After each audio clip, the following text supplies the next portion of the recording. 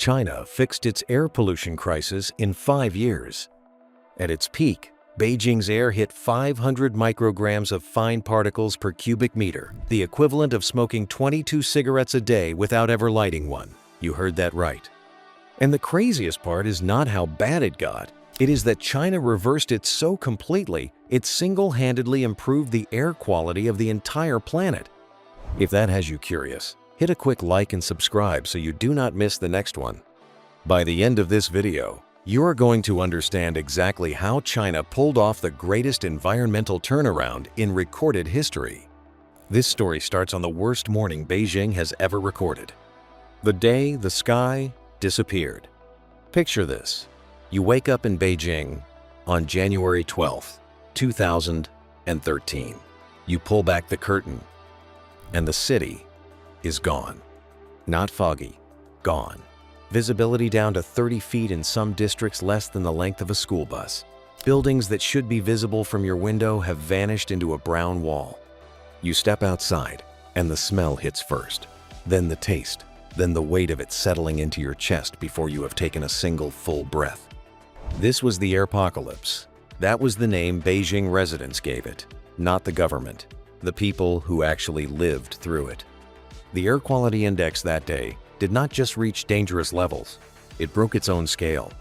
The AQI system runs from 0 to 500, 500 being the point where authorities classify air as beyond index, meaning the instruments were never designed to measure anything worse. Beijing hit 500, then kept climbing. Independent monitors recorded PM2, 5 concentrations above 900 micrograms per cubic meter in some districts. 900 micrograms, roughly the air quality you would experience standing directly behind a running diesel generator with nowhere to move. Now here is what most people never think about when they hear those numbers. PM2. 5 is not regular dust. These particles are 2.5 micrometers wide, 1/30th the diameter of a single human hair. Small enough to pass through the filters in your nose. Small enough to slip through the walls of your lungs and enter your bloodstream directly. That is not pollution, the way most people picture it. That is a chemical invasion happening invisibly inside 200 million people at once. 200 million, roughly 2/3 of the entire population of the United States, all breathing the same air that week. Schools closed across Beijing, then across Hebei province, then across a corridor of northern China stretching over 600 miles longer than the drive from New York City to Detroit. Flights grounded because pilots could not see the runway. Hospitals filled up, outdoor markets emptied. Here is the detail that puts everything into perspective. China had air quality monitoring stations across the country, but the data had been classified for years. You were not allowed to see your own air quality readings if you lived there. It took the United States Embassy in Beijing, which had installed its own independent monitor on its roof, and started publishing readings publicly on Twitter to force the truth into the open. A foreign embassy on social media. That is what it took. The government could no longer look away. The gap between what officials were saying and what people could see with their own eyes, or rather, could not see, had become impossible to close. The Airpocalypse of 2013 did not create China's pollution crisis. That had been building for 30 years of the fastest industrial expansion in human history. What it did was make denial impossible. It turned an invisible killer into a political emergency, and it forced a decision at the very top. But understanding the decision is one thing. Understanding what it actually cost to carry it out, that is something else entirely. The war is declared. In March of 2014, Chinese Premier Li Keqiang stood before the National People's Congress and said something no senior Chinese official had ever said out loud before. He called pollution a blight, a direct threat to people's lives and to the legitimacy of the state itself, and then he declared war on it. Not a policy review, not a working group, a war. That word was chosen deliberately, and everyone in that room understood what it meant. Here is what you need to understand about that moment. China's economy had been growing at nearly 10% a year for 3 decades. That growth was built on coal, on steel, on cement. On an industrial machine so vast and so fast that it had lifted 800 million people out of poverty in a single generation, a number almost impossible to hold in your head. Roughly 2.5 times the entire population of the United States pulled up from the floor of history. That machine was also killing 1.4 million Chinese citizens every single year from air pollution alone. 1.4 million, the equivalent of losing the entire city of San Diego, every year, without a single headline outside China. Declaring war on pollution meant declaring war on the machine that had made modern China possible. That is not a small thing to do. Now, here is what most people get wrong about this moment. They assume the declaration was cheap, a speech, political theater designed to manage public anger after the airpocalypse. But what China actually produced was not a speech. It was a set of legally binding reduction targets written into national law, tied to the career prospects of every provincial governor and city mayor in the country. Think of it like a mortgage. A mortgage is not a promise to pay back your loan. It is a legal instrument with consequences if you do not. China essentially took out a mortgage on clean air and put its entire administrative class up as collateral. Miss your targets, lose your career. That was the deal. The ambition behind those targets was staggering. China committed to cutting fine particle pollution by at least 25% across its most polluted regions within 5 years, not over a generation. Not by mid-century. 5 years. The same state planning apparatus that built the Three Gorges Dam, the largest power station on Earth, and laid 45,000 kilometers of high-speed rail, more than enough track to circle the entire planet, was now being aimed at the sky. Here is the uncomfortable truth, though. Ambition and execution are two completely different things. China had a long and well-documented history of environmental targets that looked serious on paper and quietly evaporated at the provincial level. Local officials had spent years gaming air quality data, running industrial monitors only on clean days, reporting numbers that satisfied Beijing while the factories behind them ran full tilt through the night. The gap between what the central government ordered and what actually happened on the ground was not a crack, it was a canyon. So the declaration mattered, the legal targets mattered, but none of it would mean anything unless China found a way to close that canyon. And to do that, it had to go after the single largest source of the pollution itself, the thing that had powered the entire miracle in the first place: the coal. And what China did to its own coal infrastructure over the next 5 years is the part of this story that engineers still find difficult to believe.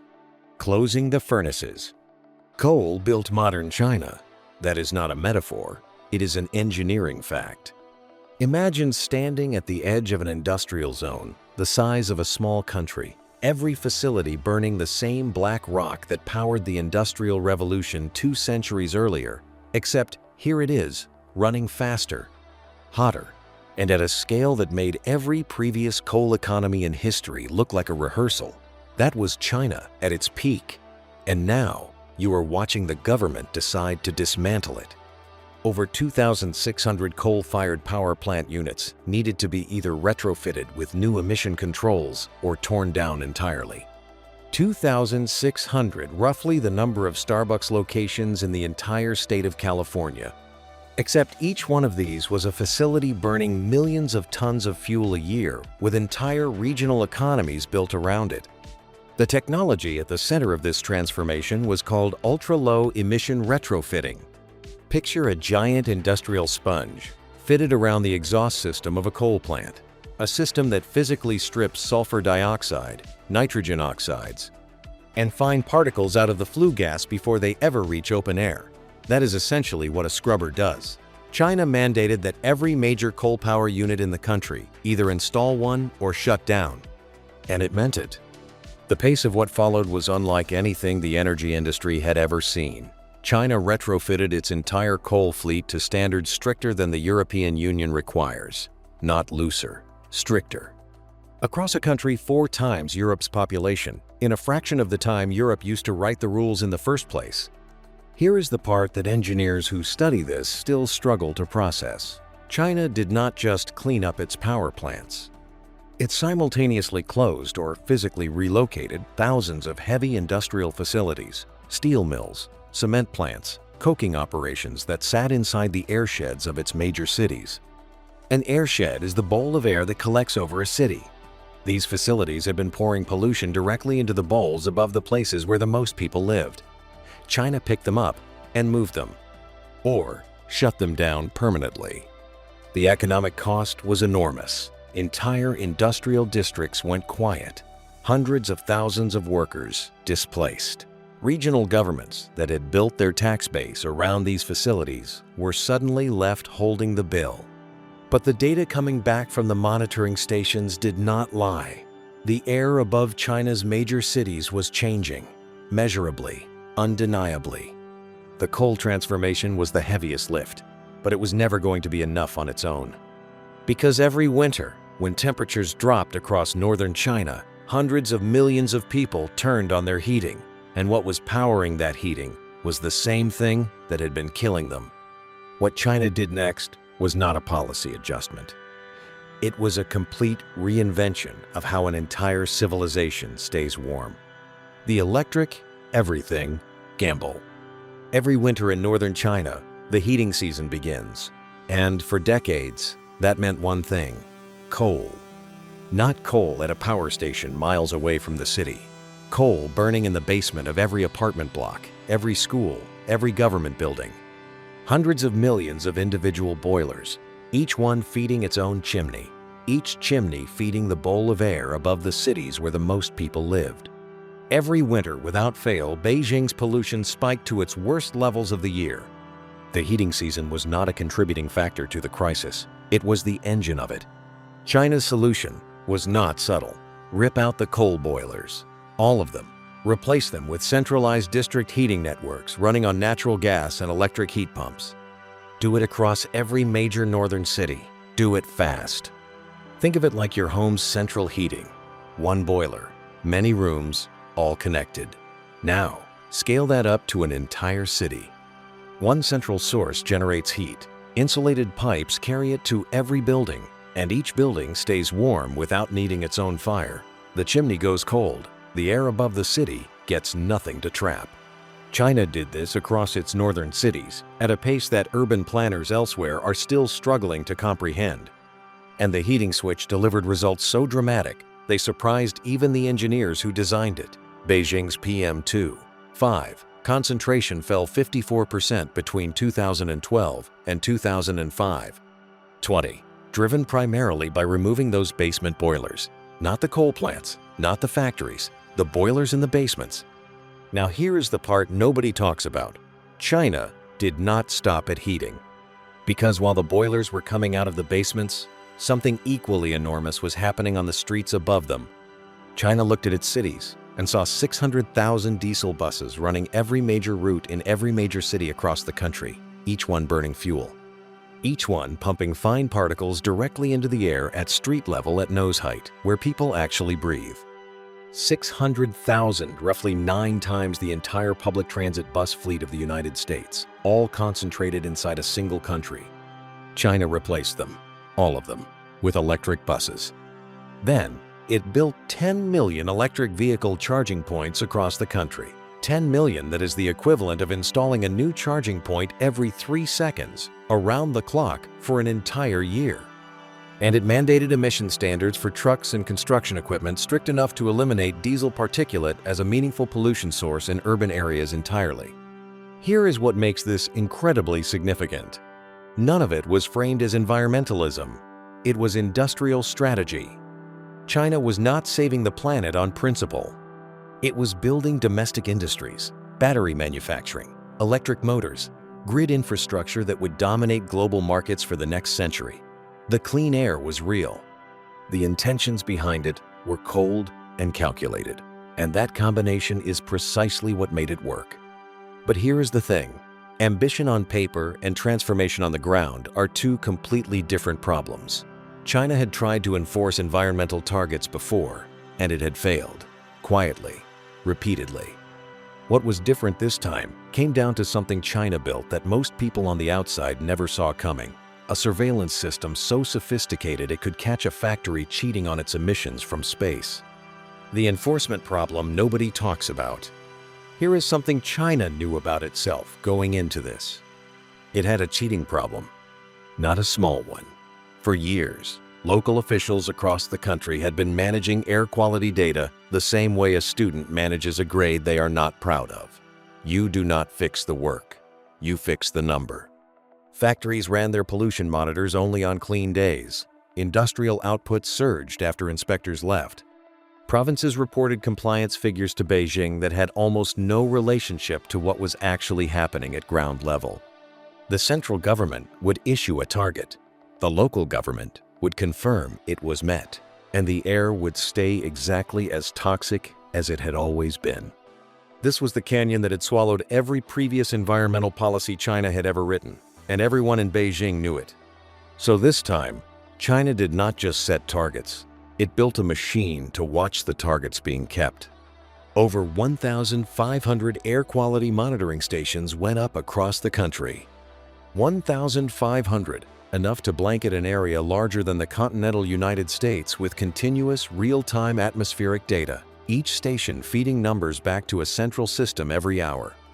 Each number time-stamped, logged, and cross-referenced against industrial output records from the facilities nearby. But the stations were just the beginning. Here is the detail that changes everything.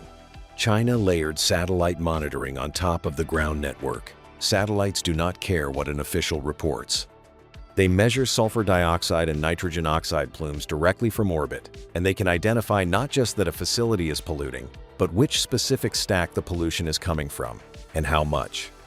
A factory running full tilt at 2 in the morning while its official monitors show clean readings shows up from space like a lit match in a dark room.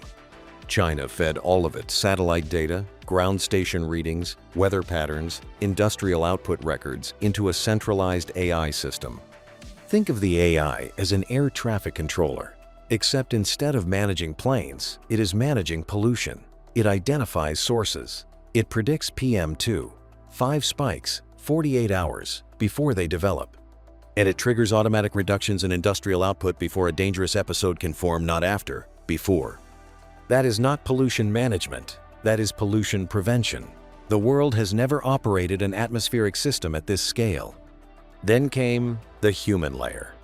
Anonymous tip hotlines opened across the country, allowing you, a worker, a neighbor, anyone, to report violations directly to central government inspectors, bypassing local officials entirely. That last part is critical. Local officials had been the bottleneck. China removed them from the loop. And then, it attached consequences that actually hurt. Miss your provincial air quality targets, and your career advancement stops, not slows, stops. In a system where political promotion is the primary currency of professional life, that penalty lands differently than a fine. You cannot pay it off. You cannot negotiate around it. You either hit the number or you do not go further. Now here is what makes this remarkable.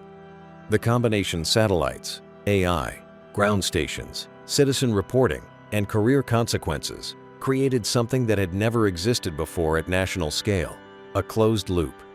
Pollution happens, the system sees it, the system acts on it, and the person responsible for the jurisdiction where it happened knows their name is already attached to the record.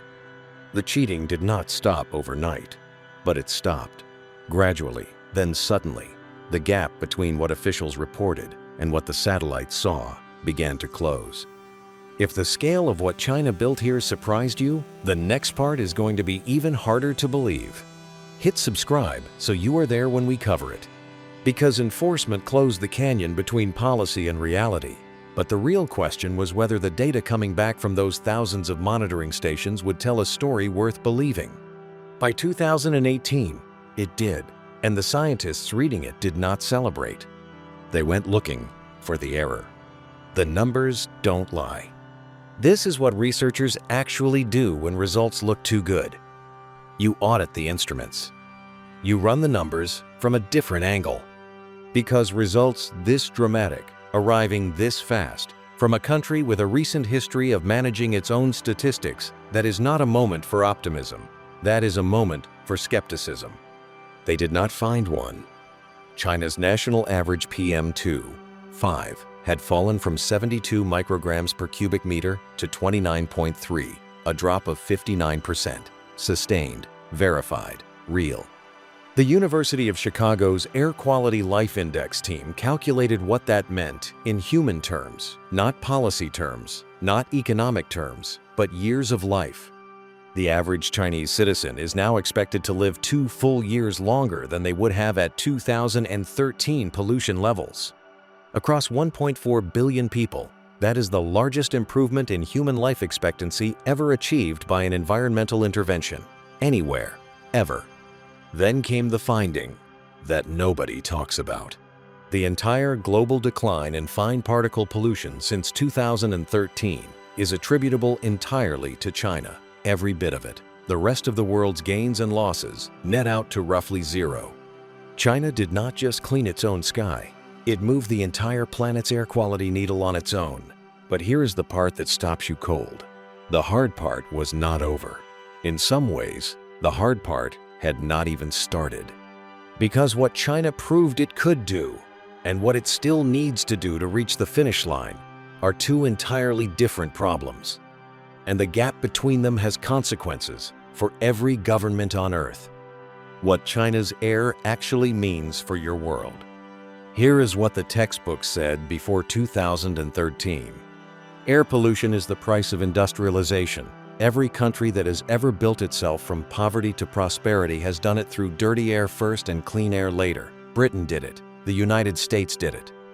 The assumption baked into every development model in modern economics was that you grow first and you clean up once you can afford to. Clean air was not a starting point. It was a reward for getting rich. China just proved that assumption wrong. Not theoretically, not in a pilot program, at the scale of a continent in 5 years. Now here is what most people never think about. China's air is still not clean by WHO standards. Its average PM2.5 sits at roughly 6 times the global guideline. Ozone pollution is rising as particulate controls succeed a new frontier opening just as the first one closes.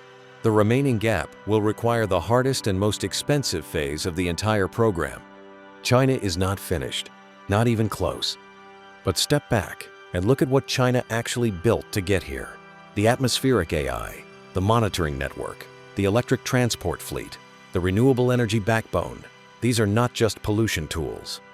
They are the foundational infrastructure of an entirely new kind of industrial state, one that runs on electrons instead of combustion and can see a crisis coming before it arrives. China did not just clean its air, it rebuilt itself. And the question that forces onto every government still betting on dirty growth is one you should be asking too. If the most populous nation in history can cut its deadliest pollution in half in 5 years while still growing its economy, what exactly is your excuse? If this changed how you think about what is actually possible, hit that like button and subscribe so you never miss what comes next. Now I want to hear from you in the comments. Do you think China's model is something the rest of the world should be copying right now? Or do you think the kind of state power it took to pull this off is a price no democracy should ever be willing to pay?